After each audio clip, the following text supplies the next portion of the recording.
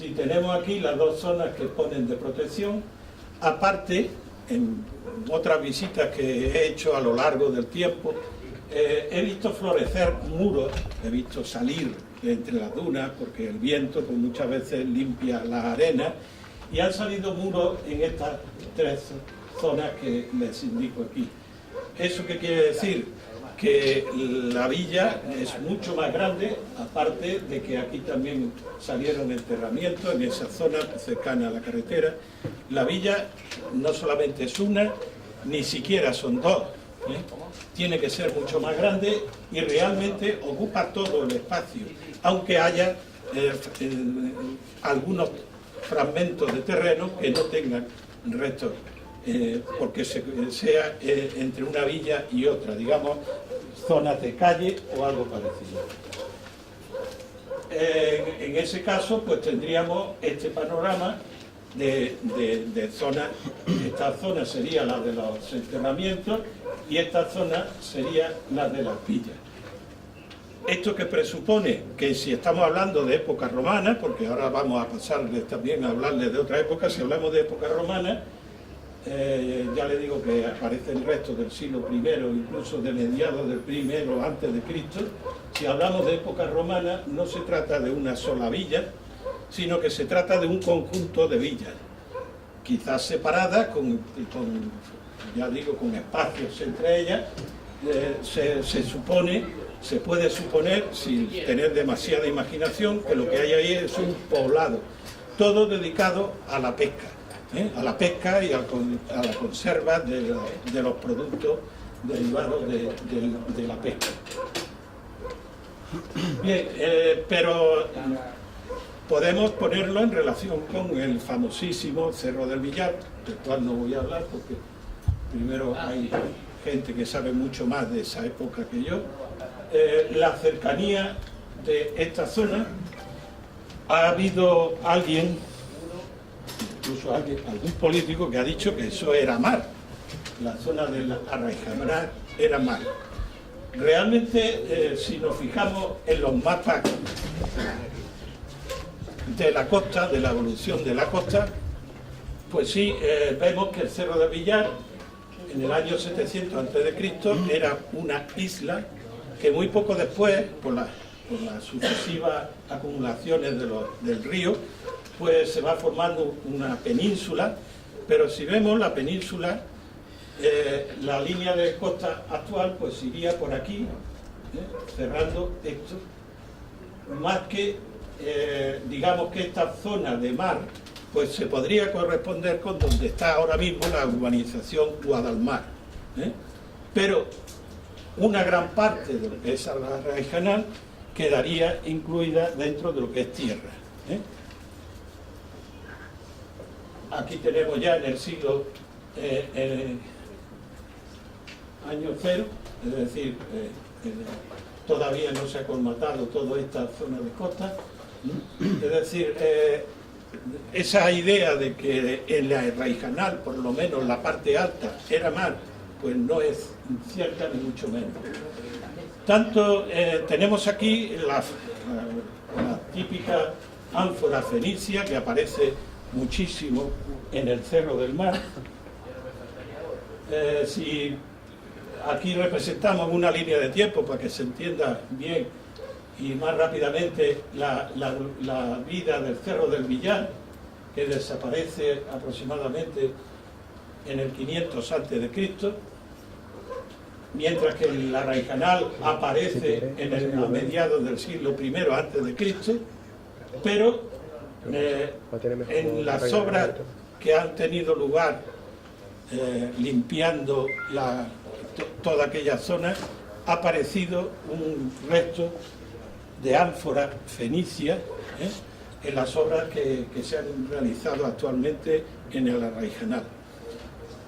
Se dice que un resto de ánfora fenicia no significa nada.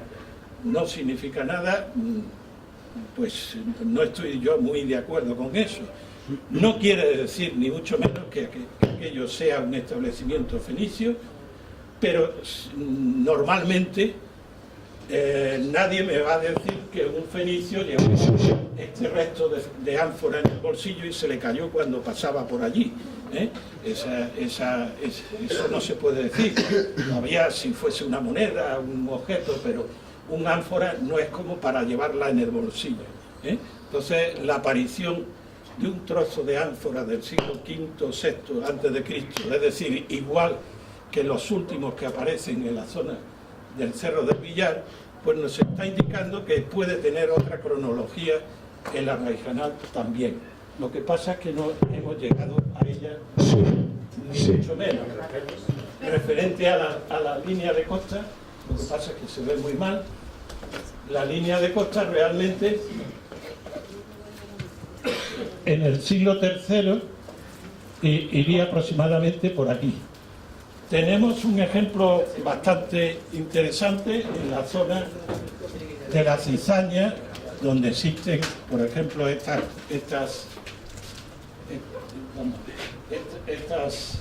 piletas que hay ahí, que están muy cerca de la costa, como se puede observar aquí.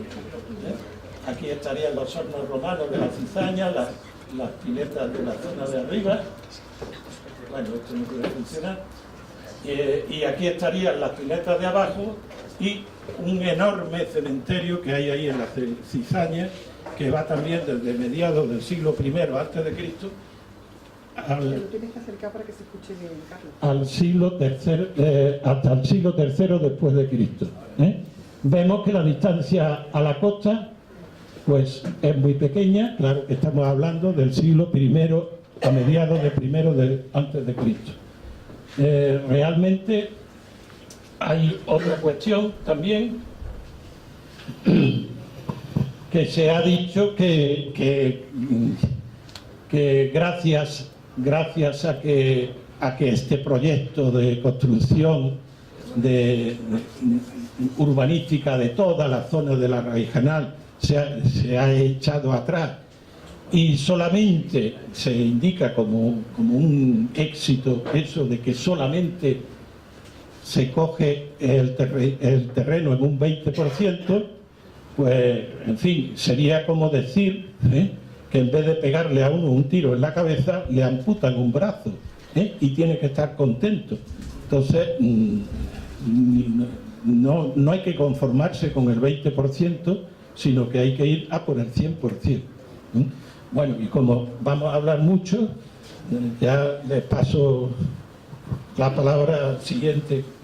Soy biólogo, doctor en biología, y llevo ya pues prácticamente 20 años trabajando en temas de biología marina, educación, formación, conservación, etcétera, etcétera.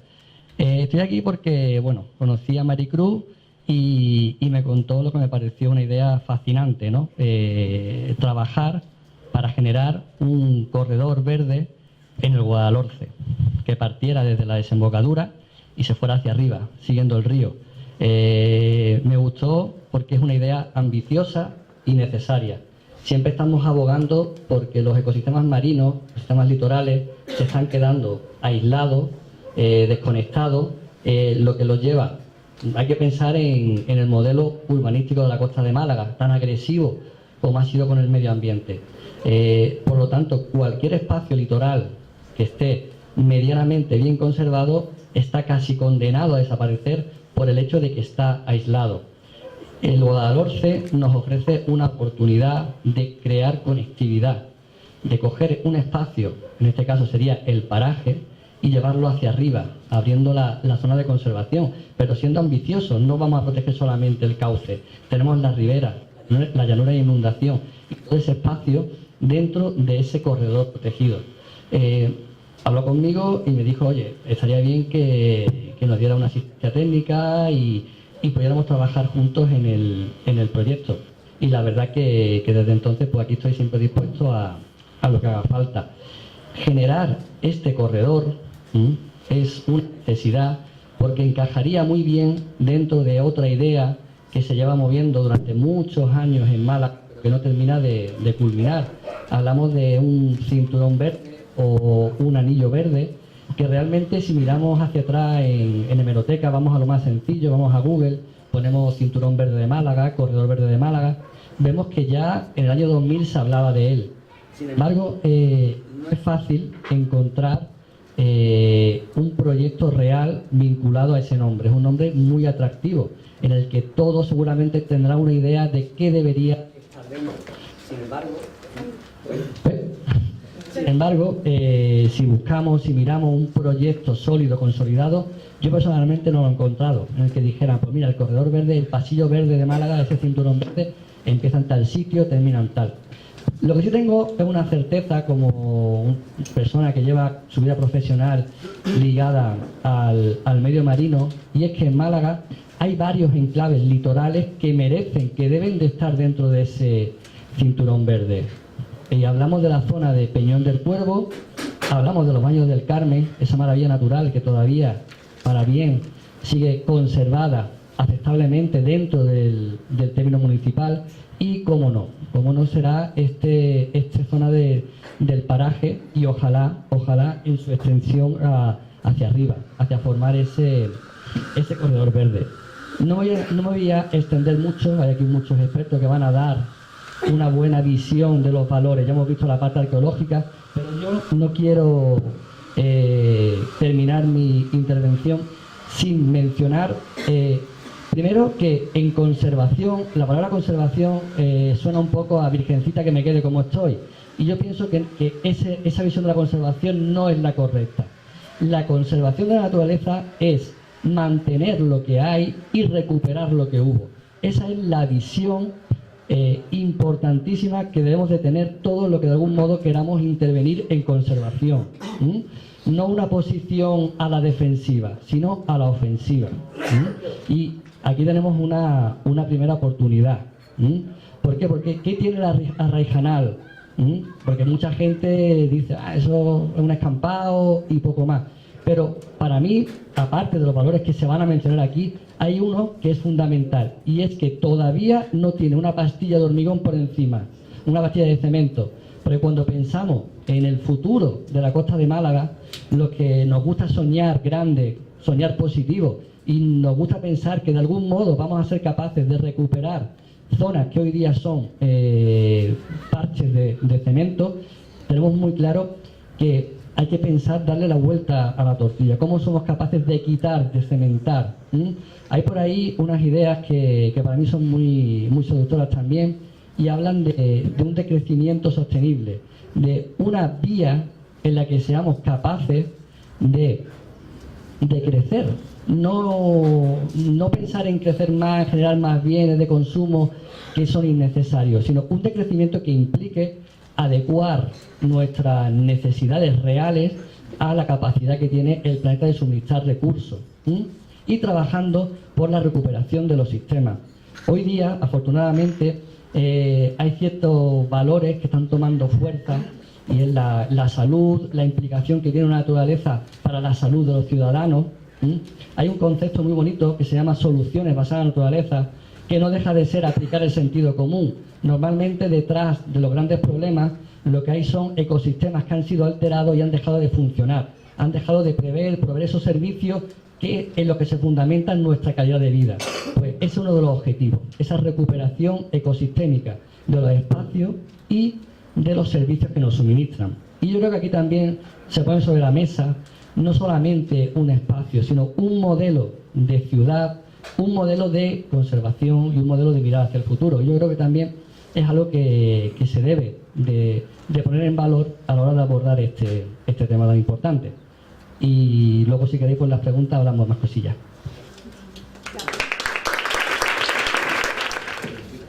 Bueno, voy empezando de todas maneras mientras carga.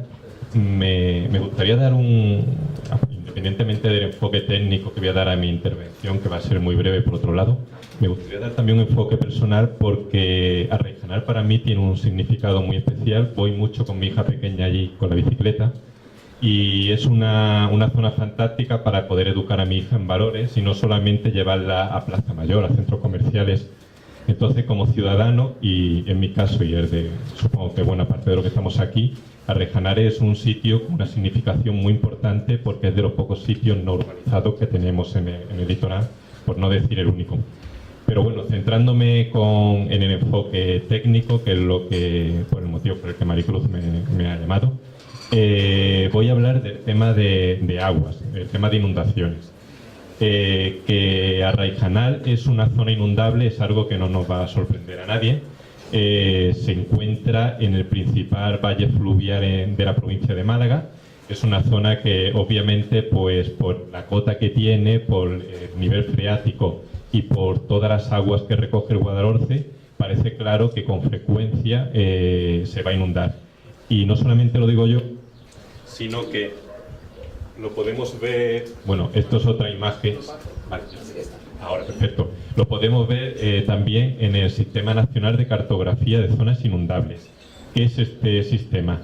Esto es un registro que hay nacional donde aparecen todas las zonas inundables, digamos, oficiales. Oficiales significa que son deslindes ya reconocidos a nivel estatal y también a nivel autonómico. Es decir, la Junta de Andalucía tiene que tener en cuenta esta mancha de inundabilidad a la hora de permitir, de aprobar el desarrollo de cualquier territorio o cualquier plan especial, como es el caso de Arraijanal. Aquí pasa otra vez, por favor. Aquí podemos ver también como esta es la lámina de 500 años, de un periodo de retorno de 500 años de inundabilidad que existe en Arraijanal. Claramente, cierto es que han situado lo que es la Academia de Fútbol, la han situado en la parte con menos riesgo de inundabilidad, pero de todas maneras se encuentra afectada también por la mancha de inundabilidad. Aún así, no es el único problema que existe aquí. Bueno, partiendo de esto, al estar en zona inundable ya se dan una serie de requisitos que harían inviable el hecho de que se pudiera hacer la Academia del Fútbol allí, porque se exige que toda zona inundable, lo que se proyecte, no puede disminuir la capacidad de evacuación de los caudales de avenida, obviamente lo disminuye porque tendría cerramientos, no pueda incrementar la superficie de zona inundable, obviamente lo incrementaría porque de algún modo se compactaría el suelo y no podría infiltrar. Y lo más evidente, no agrave los riesgos derivados de las inundaciones ni genere riesgos de pérdida de vidas humanas. No se permitirá su uso como zona de acampada. Este es independiente. No solamente no se cumple esto, sino que se está poniendo en riesgo vidas humanas de niños, que además son los que principalmente van a usar estas instalaciones, con la dificultad que tiene una evacuación en caso de inundabilidad cuando las personas que hay son personas dependientes como son los niños.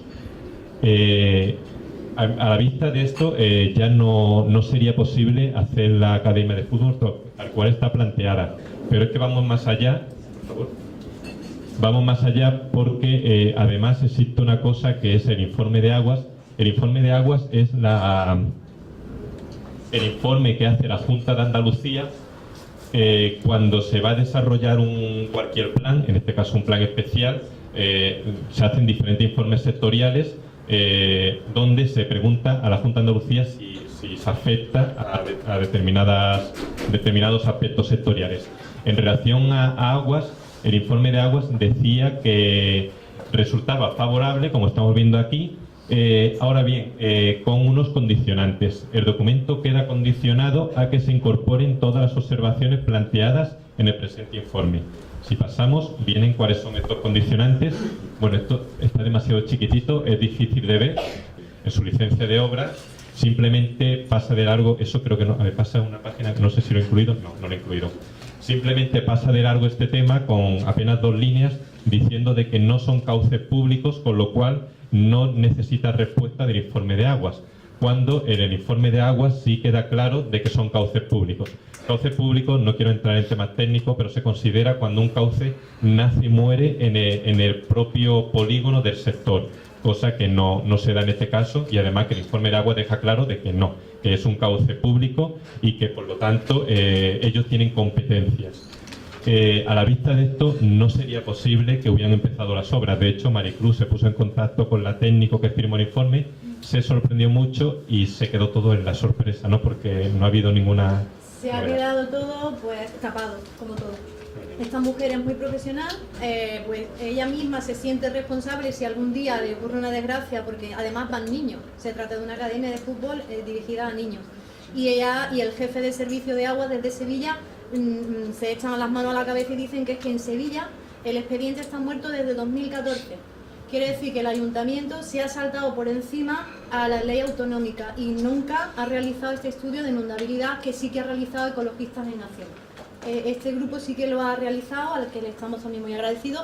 Lo han registrado en la Consejería de Medio Ambiente, lo han registrado en Urbanismo, han aportado una carta diciendo que es una barbaridad que se construya allí, y la respuesta es que todo es legal.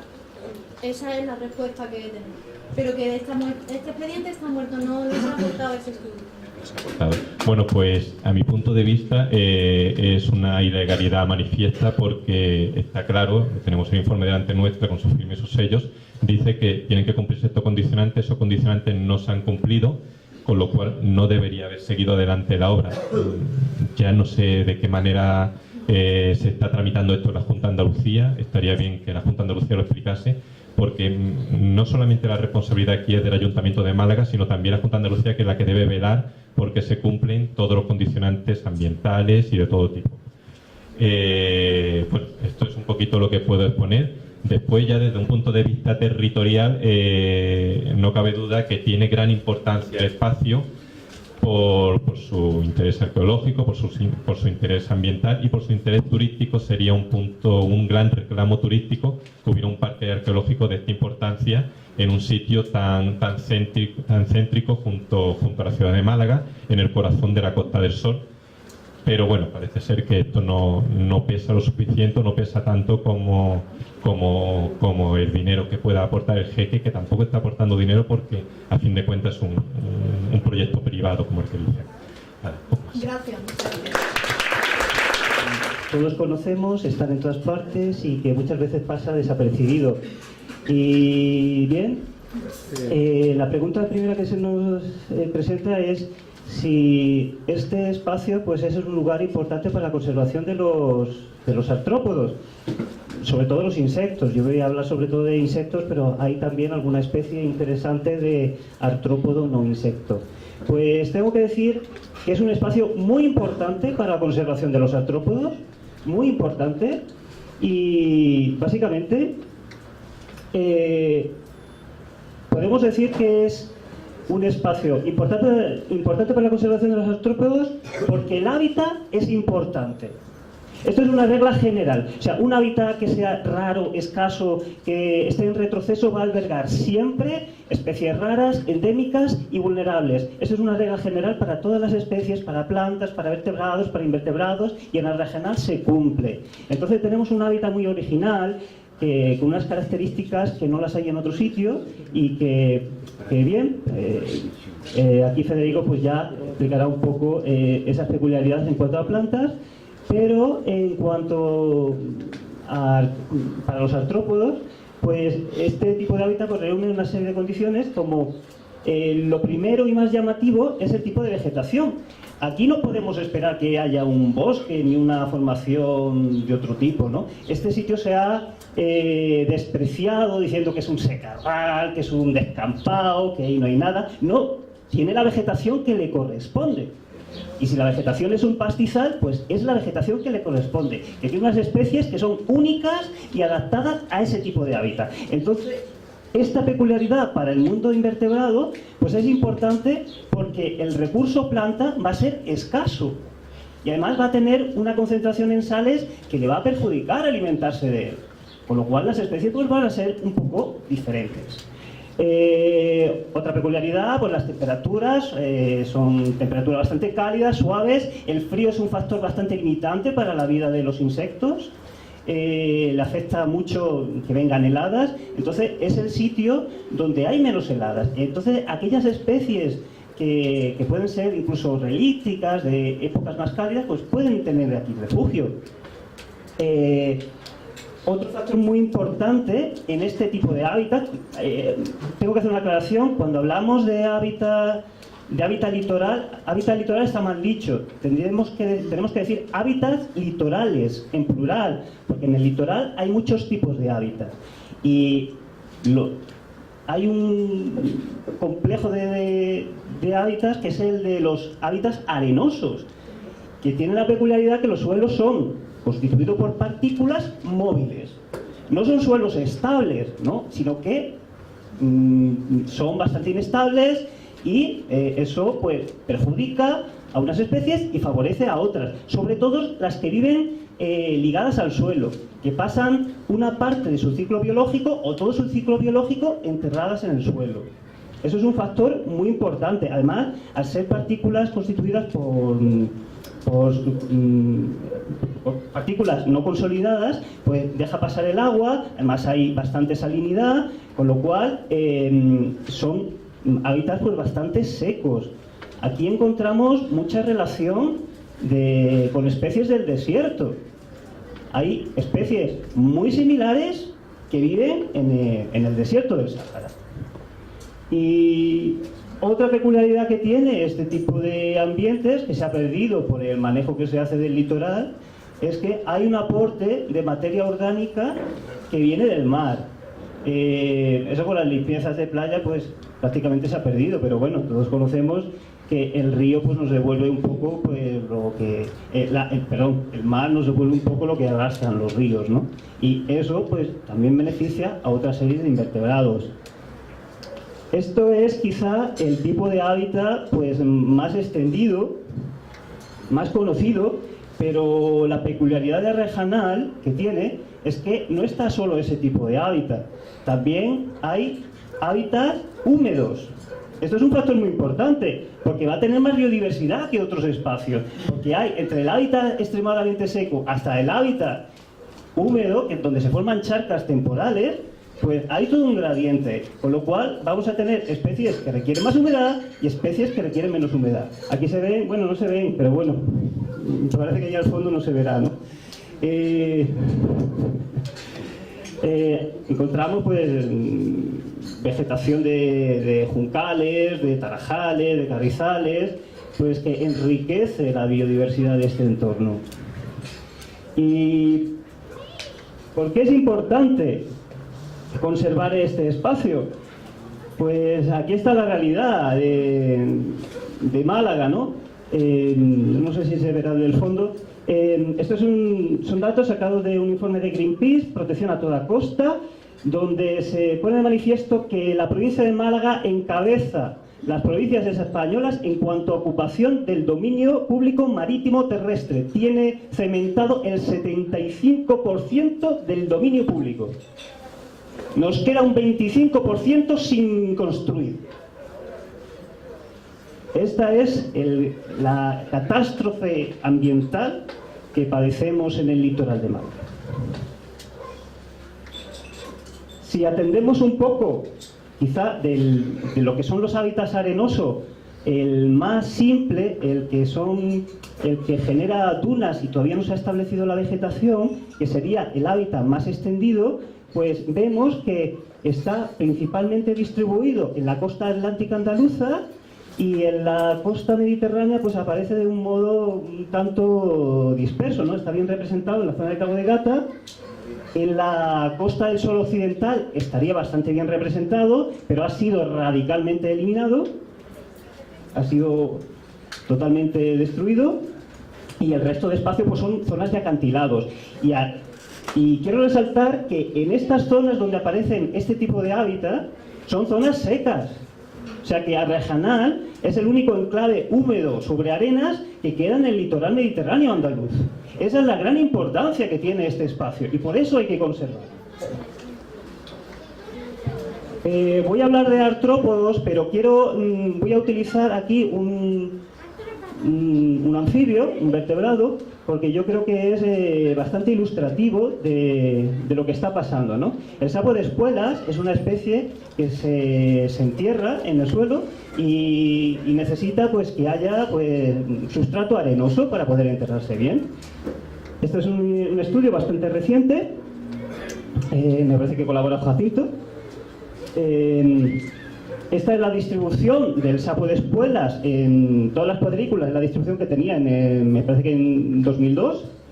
Bueno, se ven varios núcleos en la provincia de Málaga y había, pues, por toda la Costa del Sol, había una importante distribución de esta especie. hay 3 cuadrículas en negro, que es la distribución en 2015. De 15 cuadrículas que había en 2002, se ha reducido a 3 en 2015. La única que es litoral es la de Arrajanal. En toda la zona de Costa del Sol ha desaparecido. Han desaparecido todas las poblaciones litorales. Y utilizo esta especie, que no es un artrópodo, es un anfibio, porque los anfibios, por ser vertebrados, se estudian mejor. Entonces, en el mundo invertebrado, que son animales que pasan mucho más desapercibidos, pues la catástrofe es mucho mayor, porque hay muchas especies que tienen una distribución muy reducida, así que no es aventurado decir que en el proceso urbanizador de la Costa del Sol se han extinguido especies, que no vamos a conocer nunca. No es aventurado decirlo, porque estas cosas pasan, las especies se extinguen. Y bueno, yo creo que al fondo pues no se va a ver muy bien. Apenas hay estudios hechos entomológicos en la zona, pero hay algunos datos interesantes. No hay estudios entomológicos porque la ciencia entomológica es básicamente altruista. El 99% de los estudios se hacen por amor al arte. No hay proyectos de investigación. No es algo achacable a Rejanal. Es que ni siquiera hay estudios entomológicos completos en espacios como Doñana, el Parque Nacional, la Corona de Andalucía y de España. Apenas hay estudios entomológicos. Entonces no es algo achacable solo a Rejanal. Pero los pocos datos pues son importantes, porque es un hábitat singular y hay especies singulares. Aquí apenas se ve, los que han estado en el campamento pues habrán visto a veces este escarabajo con un toque así aterciopelado. Pues resulta que es una especie endémica de los alrededores de Málaga, y donde tiene su principal población es en la desembocadura del Guadalhorce a Rejanal. Otra especie interesante, que está ocupando un hábitat artificial, pero es este caballito, esta libélula, que es el Lestes macrostigma, una especie catalogada como vulnerable y que está ahí en esa zona. Su presencia sirvió para eludir una obra que querían, de ampliación del canal. Sin embargo, para las obras de Rejanal, para la de la Academia, para eso no sirve la presencia de esta especie ni de otras especies. Este es el único artrópodo no insecto que presento aquí. Se trata de una araña que se encuentra en estudio, que está aquí presente. Apenas se ve. Es una especie que tiene solo 2 poblaciones en el mundo, una en Cabo de Gata y otra en Arrajanal. Aquí el autor, un especialista portugués, ya hace una propuesta de ficha para la UICN, para el libro de UICN, donde lo cataloga como en peligro crítico de extinción. O sea, una categoría como la que pueda estar el lince, porque solo hay 2 poblaciones en el mundo. Una gran probabilidad de que desaparezcan si siguen los impactos. Esta es la gran famosa chinche arrajanal, Epicoris gloriae. Es un insecto del grupo de las chinches. Se trata de un redúvido, una especie depredadora.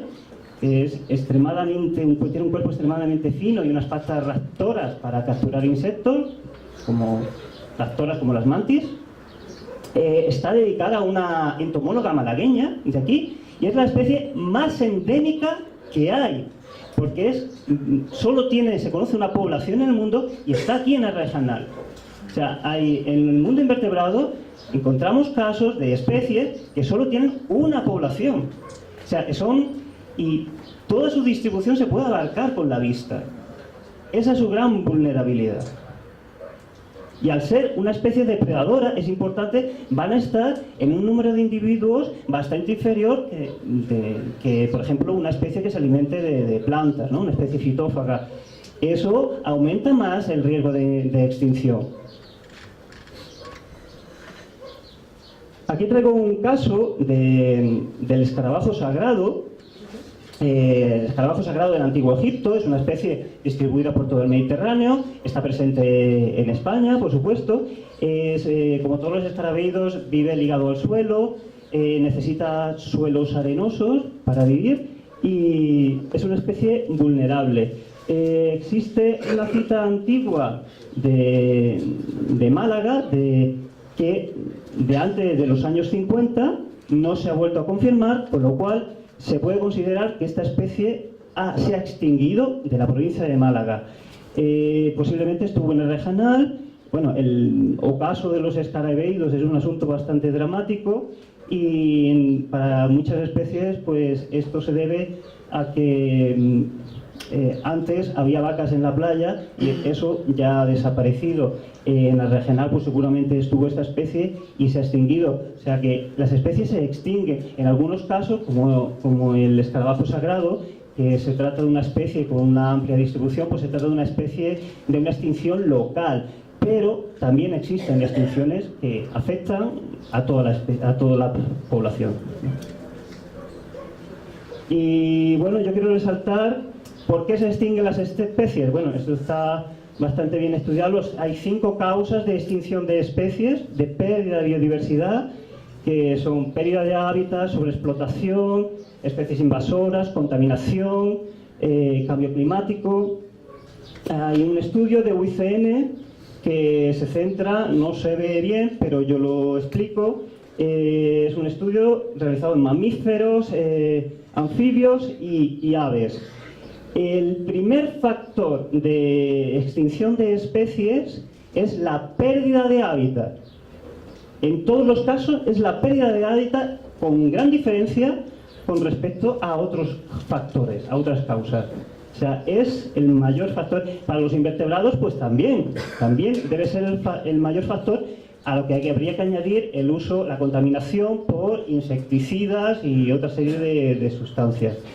Y bueno, yo a lo de pérdida de hábitat añadiría un matiz que es el de la fragmentación. Fragmentación y pérdida de hábitat son 2 procesos en distinto grado de desarrollo. Voy a explicarlo un poco, ¿no? Imaginemos que tenemos un hábitat original continuo, que podría ser un bosque, pero también podría ser, pues, por ejemplo, una pradera. A este hábitat original le abrimos una carretera. Esto sería fragmentación, porque el hábitat original lo partimos en dos partes. Y en esta carretera abrimos un aparcamiento de coches. No sé si os va sonando. Luego permitimos que transcurran por ahí pues otros coches, quads, por toda la parcela. Abrimos un canal por uno de los extremos de la parcela. Abrimos otro aparcamiento de coches, además en una zona con lagunas y las destruimos. Hacemos una pista deportiva en la zona más próxima al mar, por ejemplo, destruyendo una de las zonas más sensibles que hay para la conservación de este enclave. Ampliamos el canal de desagüe porque vamos a construir y encima eliminamos el 20% de la superficie. ¿Qué nos queda? ¿Qué nos queda? ¿El 80%? ¿Es cero? ¿Es esto el 80%? En biología de la conservación se maneja un término que es el de población biológica mínima viable. Para que una población pueda mantenerse en el tiempo necesita un número de individuos. Por debajo de ese número la población se extingue, empieza a decaer en número y ya es irremediable si no se aporta artificialmente una ayuda, ¿no? Es lo que está pasando con el lince en Doñana. Se está manteniendo artificialmente por crías y sueltas, crías en cautividad y sueltas, porque no puede mantenerse de otra manera. Esto no es el objetivo de la conservación, ¿no? Entonces, esto es un aspecto bastante dramático. Y lo triste de este asunto es que la Consejería de Medio Ambiente, sin realizar ningún estudio, considera que esto es la población mínima viable para todas las especies que hay allí. Si fueran coherentes de conservar todo ese espacio, antes de hacer esas obras, pues restaurarían lo que queda para que no se produjera ese deterioro, pero no lo están haciendo. No hay coherencia en sus acciones. Y bien, es esto lo que quería expresar. Yo la verdad que no veo tanto, el ayuntamiento, no culparía tanto al ayuntamiento que haya hecho un informe bastante mediocre en cuanto a la valoración medioambiental de este enclave, porque la autoridad en medio ambiente recae en la consejería. Si acepta ese informe mediocre, es la principal responsable de lo que está pasando aquí. Y bien, pues muchas gracias.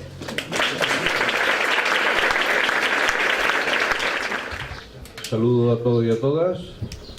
Hay compañeros aquí de la etapa mía del trabajo que especialmente me gratifica volvérmelo a encontrar después de 10 años.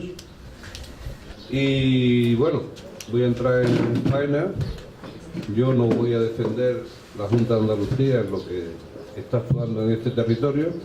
Es público y notorio mi oposición total a cuanto está aconteciendo y lo siento enormemente porque no estaba, si a mí me lo hubieran planteado hace 10 años no me hubiera imaginado la realidad del proyecto de este plan especial aberrante que se ha apoyado ni que vinieran ahí unos equipamientos en una zona totalmente incompatible, que ahora voy a intentar pretender explicarlo porque hay procedimientos anteriores que así no lo decían. Al ser uno de los últimos en hablar, tengo la ventaja de cubrir cualquier hueco que haya ocurrido o entrelazar las intervenciones y por otra parte intentar no repetir absolutamente nada. Decir que, bueno, que Málaga es un entorno privilegiado desde el punto de vista ambiental por una situación casual y es que nos ha tocado vivir aquí, que estamos por tanto a pie entre dos continentes, entre dos mares, también entre dos civilizaciones. Y todo esto pues genera y ha generado históricamente una gran riqueza a todo este entorno.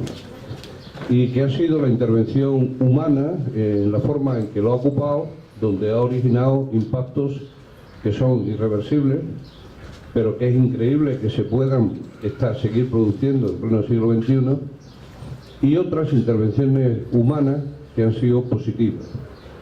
Málaga, el municipio, tiene 2 espacios naturales protegidos, declarados como naturales, y son 2 intervenciones artificiales del ser humano. Uno de ellos es los Montes de Málaga. Los Montes de Málaga es un proceso de repoblación artificial. Y otro es aquí la desembocadura del Guadalhorce, que aquí la riqueza en avifauna surge fundamentalmente por un convenio que ocurre entre los constructores y el Ayuntamiento de Málaga, por el cual los constructores sacaban de aquí áridos para la construcción en el boom de los años 60 y 70 y a cambio tenían que cubrir esos huecos que dejaran de escombros, de los derribos de obra. Como consecuencia de la crisis de los 70 se produjo una paralización en la construcción y quedaron todas unas hondanadas que las empresas quebraron y no cubrieron esos huecos que tenían previsto con su explanación correspondiente, afortunadamente. Y de ahí surgió todo un humedal que, encontrándonos en este sitio tan privilegiado, hace que el paso de aves migratorias y otras con carácter permanente se hayan ubicado en este entorno y hayan dado esa riqueza, porque es muy agradecido la naturaleza con cuanto se realiza aquí. En cuanto a los Montes de Málaga, pues en un futuro conoceremos no el pinar actualmente existente, sino lo que ocurrió históricamente en ese suelo una vez ennoblecido, y ya es la aparición del algarrobo, de las encinas, del alcornoque, en lo que fue ese primitivo bosque que la intervención humana en aquel momento, basada fundamentalmente en la guerra y en el sustento, hicieron desaparecer. La última fue la ocupación de los cristianos de Málaga, hicieron arder todos los Montes de Málaga. Aquí en concreto, en el Guadalhorce, las primeras poblaciones se establecen aquí, las de Málaga, como en los dos, Guadalhorce por una parte y Guadalmedina por otro. Era la búsqueda del tema del agua.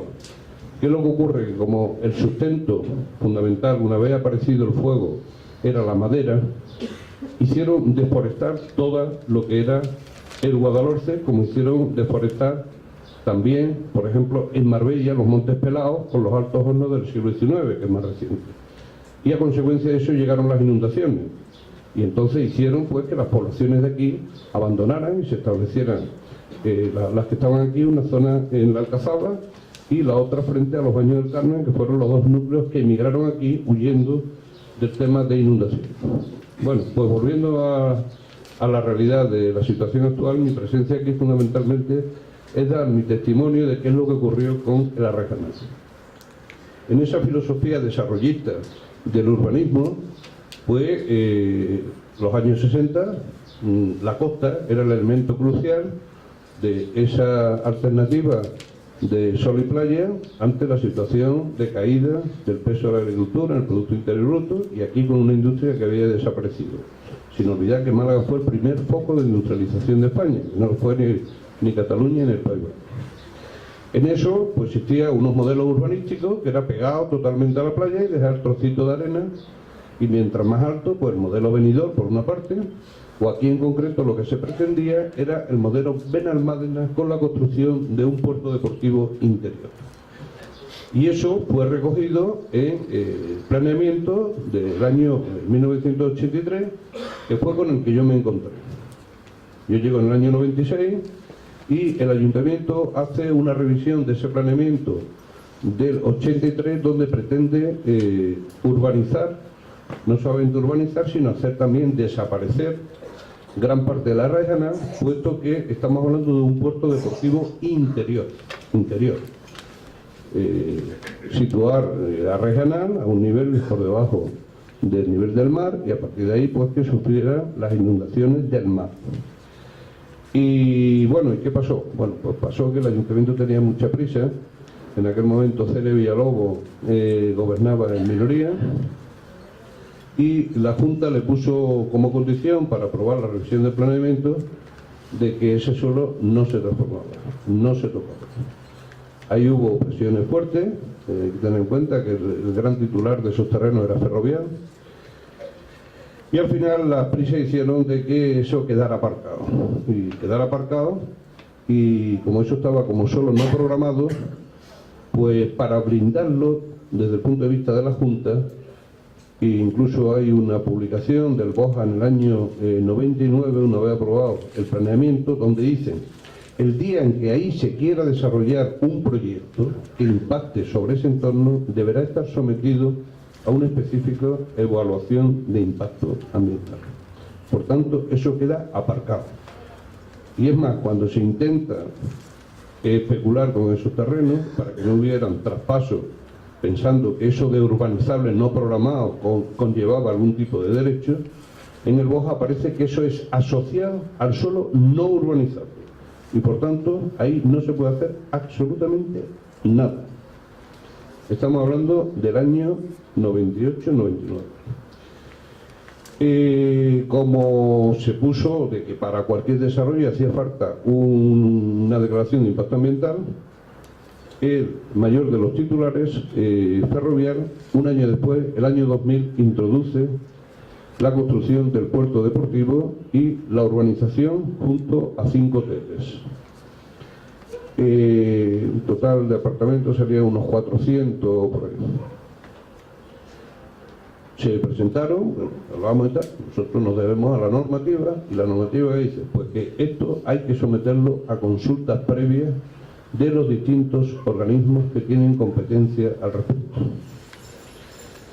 ¿Qué dice Cultura? Pues dice Cultura que aquí hay unos yacimientos, que esto no debe ser tocado en absoluto. ¿Qué dice Agricultura? Pues que una transformación de ese entorno podría afectar a que los caladeros de pesca más importantes que están en el litoral nuestro se encuentran ubicados aquí en el interior del mar. Lógicamente las asociaciones conservacionistas que se le consultan, tanto a Silvema como Ecologistas en Acción, manifiestan su rechazo total a un proyecto de urbanización del entorno con ese puerto deportivo tan agresivo. Pero lo fundamental eran dos pilares administrativos: costas y aviación civil. Y Costas comunica que del dominio público no se toca absolutamente nada. Y el dominio público son los 100 primeros metros de franja del mar. Por tanto, hace ya imposible la entrada del puerto, puesto que el puerto, lógicamente, rompía toda esa franja del dominio. ¿Qué dice Aviación Civil? Aviación Civil dice que esto es una zona contaminada desde el punto de vista acústico y que, por tanto, que población y tal. Que esta zona ofrece muchas fragilidades en relación, estaba muy sensible con los dos accidentes que había habido, tanto el vuelo a Nueva York como el de Melilla, de evacuación en cualquier momento. Y eso se complementa con un informe de carretera que dice que esta zona está saturada a nivel de comunicaciones. Y por tanto, en una situación de emergencia, mezclando todo esto, es explosivo. Y nos encontramos también con que la mayor oposición que tiene el ayuntamiento del PP de Málaga lo tiene del ayuntamiento del PP de Torremolinos, y es que el proyecto de puerto deportivo se carga las playas de Torremolinos. Hay que tener en cuenta que la dinámica esta que he comentado históricamente, que he pasado muy por el aire, todo el tema de los aportes viene fundamentalmente de los procesos erosivos que hay en el interior, ambas laderas del Guadalhorce. Entonces todo eso es lo que hace completar y regenerar de forma natural esta playa, porque es una de las pocas playas, parte de todo el ecosistema singular que aquí se ha comentado y demás, pero que no necesita de ningún tipo de regeneración porque se produce de forma natural. La ubicación de ese puerto deportivo con el agua interior obligaba a dos diques exteriores como dos brazos para que no se aterrara el interior del puerto, y eso lógicamente significaba que no había ningún aporte a las playas de Torremolinos, con lo cual en la no existencia de aporte el proceso natural de temporales y demás pues era ir rescatando y erosionando las propias playas, que es el valor número uno de Torremolinos. No era desde el punto de vista más ambiental que desde el punto de vista turístico de recursos. Y eso me reuní yo con Ferrovial y les dije: ¿quieren hacer ustedes eso? Cumplan estas condiciones. Lo estudiaron y dijeron: es imposible tocar ahí algo. Y bueno, pues nada, ya lo saben ustedes. Nos ahorramos el procedimiento de evaluación de impacto ambiental y no presentaron ningún tipo de proyecto. Pero 2 años después aparece el ayuntamiento de oficio queriendo hacer el puerto deportivo y las viviendas, ya con don Francisco de la Torre habiendo ganado mayoría absoluta. Se le dice de la Junta absolutamente nada, y que además eso modificaría el entorno y sería solo producto de volverlo a estudiar en una revisión del planeamiento a nivel global. Y revisan el planeamiento, de pronto nos encontramos que ha desaparecido el puerto deportivo y que aparece todo cargado de viviendas. Y ahí le dijimos absolutamente que no, pero había un elemento clave que era el POTAUN, que era el Plan de Ordenación del Territorio Subregional de todo este entorno, que primaba por encima del planeamiento. Yo ya me voy o me echan, y cuando el ayuntamiento aprueba el PGO, la Junta se lo deniega porque el POTAUN decía que en absoluto esto se podía urbanizar. Hubo amenazas de todo tipo y al final el ayuntamiento acató. Estamos hablando del 2011. A partir de entonces, ¿qué es lo que ocurre? Pues ocurre que el ayuntamiento se pone en las negociaciones para adquirir el terreno a nivel municipal, y ahora he visto, porque ya he visto, que en el 2012 saca un plan especial en aprobación inicial y habla de la existencia de un proyecto que es maravilloso para Málaga, sin definir el proyecto, y que por eso se hace un plan especial. Pues si hay un proyecto maravilloso, eso tiene que ser objeto de un concurso público y tal, pero no, el ayuntamiento lo plantea y en función de eso hace un plan especial que es un traje para lo que después va a venir, que es la urbanización de ese entorno. Como aquí se ha comentado, uno de los elementos de apoyo a efectos ambientales es el nivel de ocupación de la franja litoral. Y el nivel de ocupación de la franja litoral no solamente nos estamos refiriendo a primera línea, sino a la densidad de poblaciones que van transcurriendo en 50, 100, 500 metros. Y entonces Málaga aparece a la cabeza de la provincia, con diferencia en relación con la segunda, que es Marbella, y la tercera, Estepona. Pero es que la provincia de Málaga en la media es el doble ya de la siguiente, que es Cádiz, que es la que nos viene por detrás. Por tanto, eso era una carga importante para decir, señores, tenemos un litoral suficientemente intervenido y encima, en un sitio donde la regeneración natural haría posible esa dinámica litoral siempre que no se abandone. Y con esto no me quiero decir que, como aquí se dice, el pastizal, es que eso no tiene aprovechamiento, es que eso es un baldío. Usted tiene una concepción desarrollista sobre la función social y sabe si aquí respiramos y si aquí vivimos y demás, es a través de una cadena muy importante que no se puede romper y la hemos roto por muchos sitios. Bueno, pues esta es la sorpresa en que nos encontramos, que la única franja del litoral no urbanizada encima va y dice, hombre, si solo va a ser 22%, tenéis todo el resto. Hay una zona de equipamiento que se previó en el planeamiento y que está situado en el puerto de la Torre, pegado a la segunda ronda de circunvalación. El jeque no pretende esto si no hay una cosa por detrás, que es la cercanía al aeropuerto. El alquiler de todo eso de cara a la temporada de invierno, donde todos los equipos de primera, de la Champions, descansan por las condiciones climáticas de nieve y demás y tienen que seguir entrenando. Entonces, a veces, cuando lo de los niños, yo creo que vamos a ver poquitos niños y vamos a ver muchos guiris ahí. Bueno, a lo mejor alguno habrá que sacar por el tema de inundaciones, porque aquí no solamente afecta a la inundación. Hablando con los de Protección Civil, y si es que no, si hubiéramos desarrollado el plan de protección civil de Casasola, eso se lo lleva, como ocurre algo en la presa Casasola, eso se lo lleva por delante, porque es por ahí por donde transcurre el fuerte de las aguas. Y ahí, es decir, ¿cómo se puede hablar de un plan especial para proteger eso? Y lo que se hace es hormigonar eso. ¿Cómo se puede hablar de un plan especial que dice, el objetivo fundamental es la protección de las especies autóctonas? Y la especie autóctona aquí es el césped, donde dice está prohibido el uso de fitosanitarios y se introducen especies que para su propia conservación no nos vamos a enterar que están todos los días limpiando con tal. Y aquí no solamente estamos hablando de esos niños que vienen con los propios padres, sino que estamos hablando de unas gradas que tienen espectadores y que van a colapsar todo ese entorno.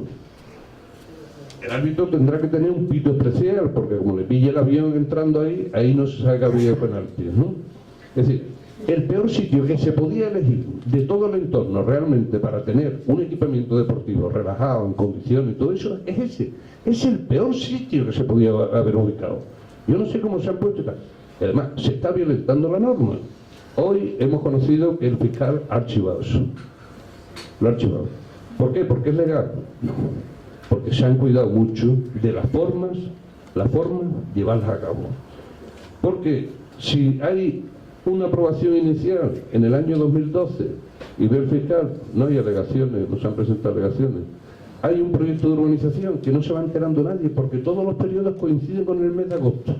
¡Qué casualidad! 6 de agosto, 15 de agosto, todos esos son los periodos públicos para presentar las alegaciones. Bueno, pues esto es lo que nos encontramos hoy. Ojalá pudiera haber algún instrumento, como al final a la mafia lo pilla la fiscalía y no lo pilla los desmanes que hacen, que hubiera algún procedimiento donde se pudiera no ya dar marcha atrás, sino retrotraer. Pero si es que cuando yo venía aquí decía, si el objetivo fundamental de proteger esto es el suelo, y están excavando el suelo, y están haciendo fosas, y cuando me encontré la máquina de aquella mañana, es que estamos quitando el agua que queda en superficie. Pero ¿viste? Si esto es una zona... Pero es que además montaron una barrera con la propia playa, que era normal que estamos en zona de influencia del aeropuerto a la hora de desaguar, que aquí al montar un escalón pues se formen en las lagunas correspondientes. En fin, que esto es lo que tal, y yo he querido no excusarme absolutamente nada, sino transmitir y dar mi conocimiento, que no solamente vosotros sois los que los consideráis una barbaridad, sino que cualquier persona que tenga una mínima información y no esté sujeto a un elemento de presión, pero aquí se están produciendo. Aquí en medio ambiente ha habido 3 etapas. No considera el medio ambiente como un factor para el desarrollo, entrar a aplicar normativas duras y llegar a situación de crisis y olvidarse del elemento ambiental. Y eso lo estamos viendo no solamente aquí en el Regana, sino cómo se puede plantear el edificio, ese monstruo que quieren construir ahí en el puerto, y se diga a efectos ambientales que el impacto paisajístico es relativo, porque si no se mira el edificio, no impacta a nadie. O sea, pero eso cómo se puede poner textualmente por escrito para obviar un procedimiento público y de rigor. En fin, estoy a vuestra disposición después, pero aquí el compañero tiene...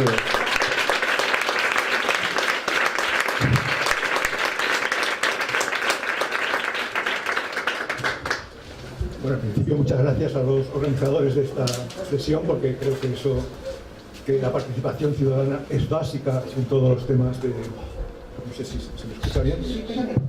Bueno.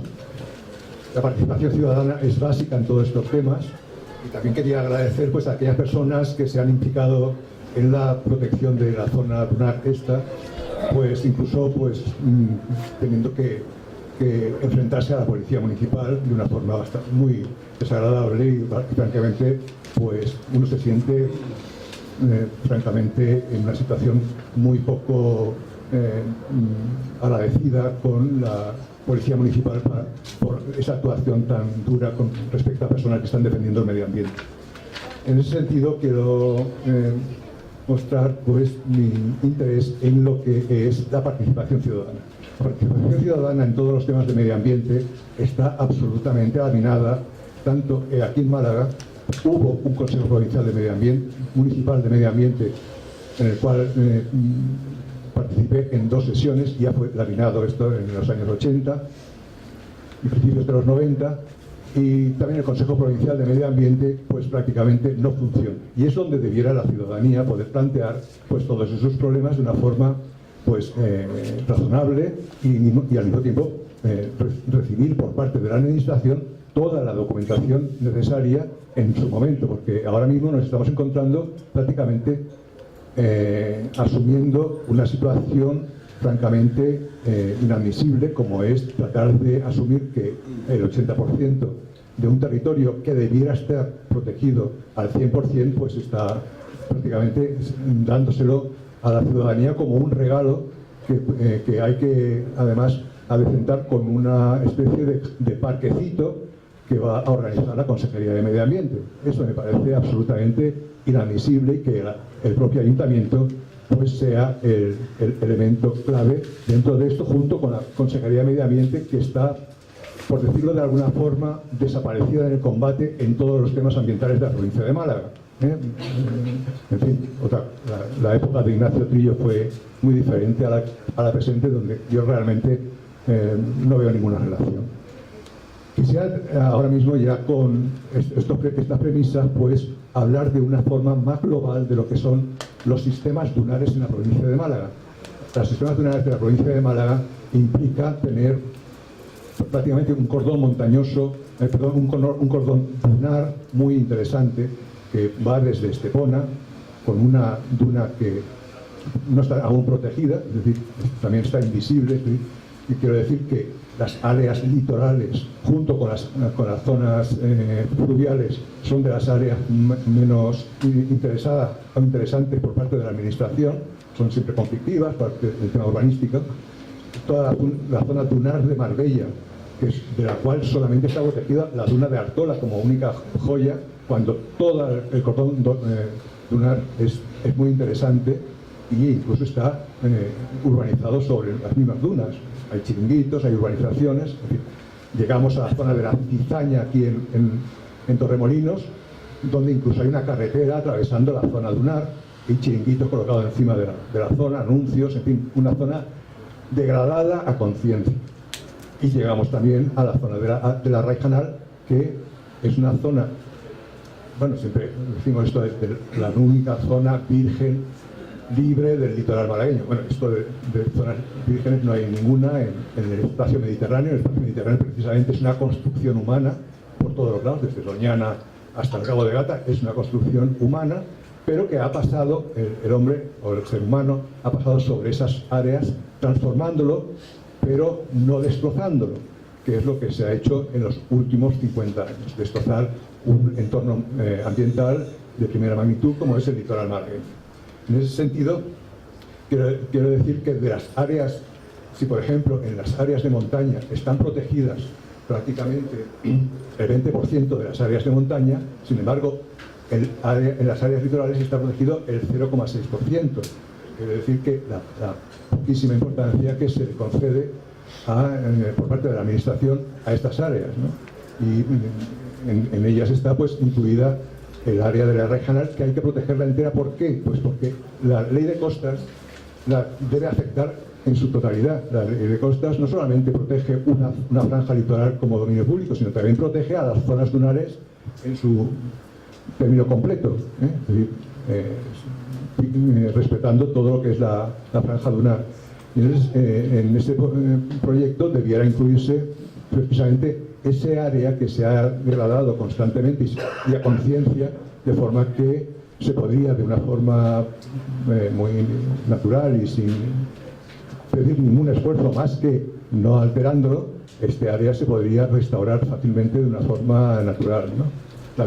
Contiene prácticamente la vegetación propia de un área dunar.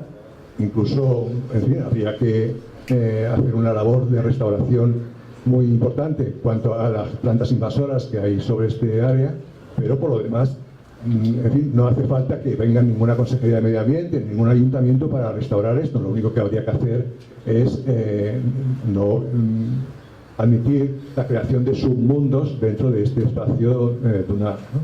Pero por lo demás, yo creo que sería una de las labores más interesantes dentro de este entorno.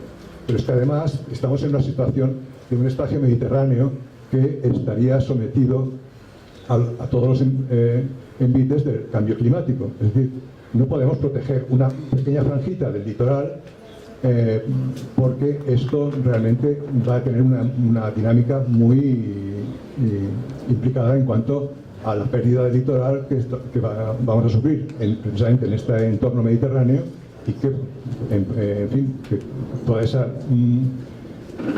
evolución de la franja litoral pues la vamos a colapsar con las urbanizaciones y con el entorno totalmente alterado, porque desde mi punto de vista, y desde hace ya tiempo, cuando me pidió el ayuntamiento que hiciese un análisis sobre la conectividad ecológica en el municipio de Málaga, efectivamente yo proponía en la Agenda 21 del municipio de Málaga que la conectividad ecológica en el litoral fuese básicamente la que habría en ese entorno que estamos hablando de la desembocadura de Guadalhorce, recuperar toda la zona posible de la urbanización que hay en el entorno, en la parte occidental de la desembocadura de Guadalhorce, el Guadalmar, y además todo lo que corresponde a la zona del campo de golf. Todo esto tendría que recuperarse de una forma absolutamente insalvable para que hubiese una conectividad ecológica que es precisamente la necesaria, y que nos pide de alguna forma no solamente la lógica ecológica, ¿no?, sino que nos lo pide la propia ley de costas. La ley de costas nos pide, junto con la directiva de hábitat, que haya una conectividad ecológica en el litoral. Y por ejemplo, la ley de costas, que no se está respetando, porque todavía hay buenos fragmentos del litoral malagueño que todavía no han sido deslindados, entre ellos, no sé, creo que está pues evidentemente aquí hay una falta de dejación de la propia administración autonómica en cuanto a lo que es el deslinde del dominio público marino terrestre, ¿no? En fin, hay una serie de legislaciones que protegen y que avalan la protección de esa zona, tanto por el tema de las especies, de la flora y la fauna, como por el tema del paisaje. La directiva, o sea, la Carta Europea del Paisaje sería muy importante también que el Ayuntamiento la tuviese en cuenta, y sobre todo que tenga en cuenta algo clave, y es que la participación ciudadana tiene que hacerse desde el principio, no cuando uno tiene ya, le dan todas las cartas sobre la baraja, ¿no? Sobre la mesa, sino que desde el principio pues, tiene que escucharse la propuesta de la población, y que un ayuntamiento como el de Málaga, que es un ayuntamiento potente y muy dedicado a lo que es promocionar la ocupación del territorio desde hace mucho tiempo, pues ver que hay otros objetivos dentro de lo que es el mantenimiento de un espacio litoral libre. Muchas gracias, eso es lo que quería decir. Y son bastante migajas de lo que había. Nosotros hicimos el paraje natural, el Agajenal, la Cizaña y algunas lagunillas que quedan entre esta zona y Zapata. A ver, lo que había de flora, la lástima, digamos, es que no hay ninguna especie que esté dentro de los catálogos de flora protegida de Andalucía. Entonces no está legalmente protegida y no hay algo a lo que agarrarse de ese modo. Ahora, flora muy interesante sí que hay. Hay una serie de plantas que son rarísimas en la provincia de Málaga y en Andalucía Oriental. Y bueno, si esa zona se urbaniza, se van a extinguir prácticamente la mitad o total de sus poblaciones, ¿no? Lo que decía ella, que no había hecho la Junta, era que la Junta tiene cartografiada la vegetación de prácticamente toda Andalucía, a una escala de unos 10.000. Y las zonas justo de la Hierragenal y la Cizaña no estaban. ¿Por qué? Pues no lo sé, ¿no? Yo estaba trabajando en bastantes áreas, estas no se hicieron, se han quedado en el limbo, y yo lo que hice fue exclusivamente para ello un pequeño informe siguiendo las pautas que se siguieron para el resto de Andalucía para que no hubiera esa ausencia, ¿no? Y hay una serie de hábitats que son muy interesantes. Dos de ellos son prioritarios para Andalucía, aunque no para Europa, y bueno, son herramientas a las que se podría agarrar a la Andalucía si quisiera, pero bueno, eso ya es la voluntad que se tenga. Y poco más, ya todo el resto de cosas ya lo han explicado ellos y ya está, pero vamos, que sobre todo eso, fue el catálogo de flora que se hizo, se podía haber utilizado antes, no se hizo, y ya parece que ha sido un poco tarde, ¿no? Y bueno, pero que después preguntar algo sobre las plantas que por allí.